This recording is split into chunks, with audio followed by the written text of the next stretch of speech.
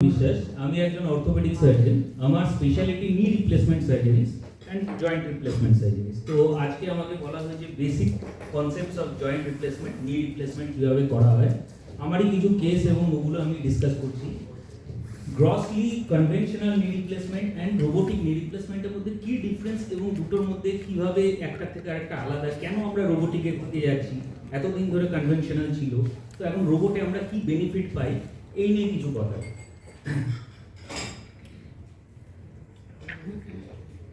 দেখুন, হাঁটু যদি আমরা বলি,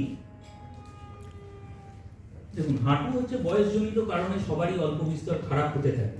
কি হয়, ভিতরে একটা জেল থাকে যেটা মোটামুটি একদম গ্রসলি যদি আমরা বলি যে একটা ভিতরে জেল থাকে যেটা মোটামুটি 35-40-এর পরের থেকে আস্তে আস্তে তার প্রোডাকশন আমরা দেখি যে কমে যায়। যত এটা কমে যায় তত নর্মাল ওয়্যার অ্যান্ড টিয়ারের জন্য আস্তে আস্তে হাঁটু খারাপ হওয়া শুরু করে। দেখবেন আস্তে আস্তে গ্যাপটা কমা শুরু হয়ে যায়।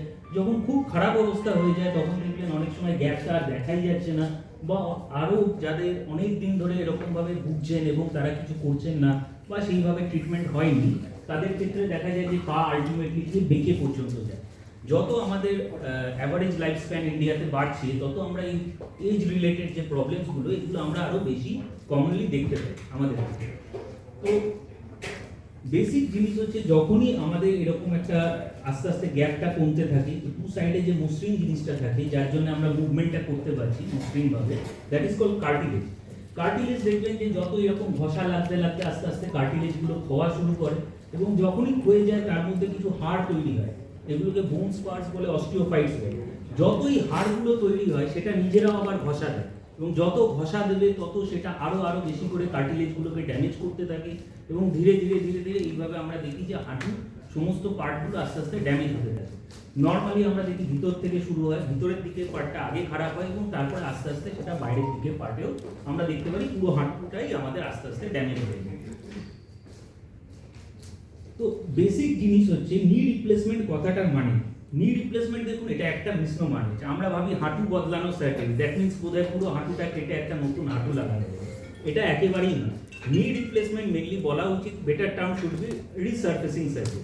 বেসিক্যালি আমরা কি করছি, যে জায়গাটা ধরুন বয়সের সাথে সাথে বয়সজনিত কারণে হাঁটা চলা এগুলো করার জন্য নর্মাল ওয়্যার অ্যান্ড টিয়ারের জন্য যখন খারাপ হয়ে যাচ্ছে, যে সারফেসটা খারাপ হচ্ছে সেটাতে আমরা উপরে একটা মেটাল লাগিয়ে দিচ্ছি, নিচে আর একটা মেটাল রয়েছে এবং মাঝখানে যে জায়গাটা ঘষা লাগছিল, এই জেল টেল যেগুলো প্রোডাকশনের প্রবলেম হচ্ছিল সেই জিনিসটা আমরা পুরো অ্যাভয়েড করে একটা মেডিকেল গ্রেড পলিইথিলিন, একটা প্লাস্টিকের মতো জিনিস আমরা লাগিয়ে দিচ্ছি যাতে স্মুথ মুভমেন্টটা পুরোটা। এরকম কিন্তু একেবারেই নয় যে আমরা হাঁটুটা কেটে নতুন বোধহয় একটা হাঁটু লাগানো হলো, বিশাল বড় একটা ব্যাপার। It's not like that. এটা আমরা বেসিক্যালি যে সারফেসটা খারাপ হয়ে যাচ্ছে আমরা ওই শুধু সারফেসটাকেই আমরা চেঞ্জ করি। তো কনভেনশনাল নি রিপ্লেসমেন্ট যখন হয়, যেটা এতদিন ধরে হয়ে আসছে এবং এখনও ম্যাক্সিমাম ক্ষেত্রেই যে কনভেনশনাল নি রিপ্লেসমেন্ট হচ্ছে, সেইখানে আমরা দেখতে পাই কি যে এই যে যখন ধরুন একটা অপারেশন হয় তো তার মধ্যে কনভেনশনাল সেট এরকম দেখতে লাগে। এই প্রত্যেকটা হাঁটু, ধরুন আমারও দুটো হাঁটু আলাদা হয়, একই রকম হয় না, কারণ কারো ধরুন একটা হাঁটু একটু বেশি ক্ষয়ে গেছে, কোনো একদিকটা বেশি ড্যামেজ আছে, কারো একটা হাঁটু একটু বেশি বেঁকে গেছে। তো একজন ইন্ডিভিজুয়ালের সাথে আরেকজনের কোনো হাঁটু সেম হবে না এবং একটা পার্সন একজনের দুটো হাঁটু সেম থাকে না, কিছু না কিছু চেঞ্জেস দুটোর মধ্যেই আমরা থাকি, যেরকমভাবে ড্যামেজ হবে সেই অনুযায়ী দেখতে পাই। তো সেই ক্ষেত্রে কনভেনশনালি আমরা কী করি, যে এরকম আমাদের সেটের মধ্যে ডিফারেন্ট টাইপস অফ জিগ থাকে যেগুলো আমরা লাগিয়ে লাগিয়ে দেখতে হয় এবং ম্যানুয়ালি আমাদের দেখতে হয় কোন জিগটা পেশেন্টের জন্য বেস্ট সুটেবল। যেটা সুটেবল হচ্ছে সেইটা আমরা সেই অনুযায়ী কাটসগুলো নিতে হয় এবং যখনই আমরা কাটস নিই তারপরে ওটা লাগিয়ে আবার আমরা ম্যানুয়ালি চেক করি যে পুরো জিনিসটা ঠিক আছে কিনা, দেখি যে এটা পুরো ফুল মুভমেন্ট হচ্ছে কিনা, কোথাও কোনো প্রবলেম আছে কিনা। এটা হচ্ছে কনভেনশনাল নি রিপ্লেসমেন্ট। এবারে যত এটা দিন যাচ্ছে তত আমরা রোবোটিকের দিকে শিফট করছি। রোবোটিকে কেন আমরা আসছি, অবভিয়াসলি অ্যাকিউরেসি। যেটা আমরা ম্যানুয়ালি দেখছি, ম্যানুয়ালি যতই আপনি চেষ্টা করুন কোনোভাবেই 1 millimetre 2 millimetre difference, 1 degree 2 degree 3 degree এগুলো আমরা আই এস্টিমেশনে কখনোই বলতে পারি না, কখনোই বুঝতে পারি না। তার জন্য আমাদের আপাতত যেটা আমরা ইউজ করি, we are very proud that we have the ভেলিস robot system with us. It is considered one of the best in the world right now. তো বেসিক ভেলিস রোবট সিস্টেমে আমাদের কী থাকে, দুদিকে দুটো মনিটর থাকে, উপরে দেখুন একটা অ্যারে রয়েছে যেটা আপনি দেখতে পাবেন এই জায়গাটা, এটা কন্টিনিউয়াসলি আমাদের পায়ের যে নর্মাল পজিশনটা রয়েছে সেটা কন্টিনিউয়াসলি চেক করতে থাকি। আমরা 3D এইখানে যখনই আমাদের পায়ের যেরকমই মুভমেন্ট হোক না কেন, এখানে এটা রিয়েল টাইমে ডেটাটা গ্যাদার করবে এবং সেই অনুযায়ী আমরা বুঝতে পারবো যে কীরকম আমাদের হাঁটু মুভমেন্টটা ঠিক আছে কিনা, হাঁটু কমপ্লিটলি মুভমেন্ট হচ্ছে কিনা।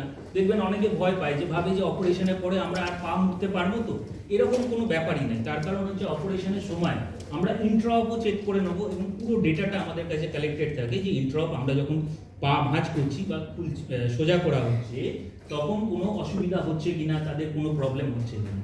সেকেন্ড দেখবেন এখানে একটা থাকে, এটা হচ্ছে রোবোটিক স, যেটা আমাদের সিস্টেম, যেটা কাটার জন্য ইউজ হয়।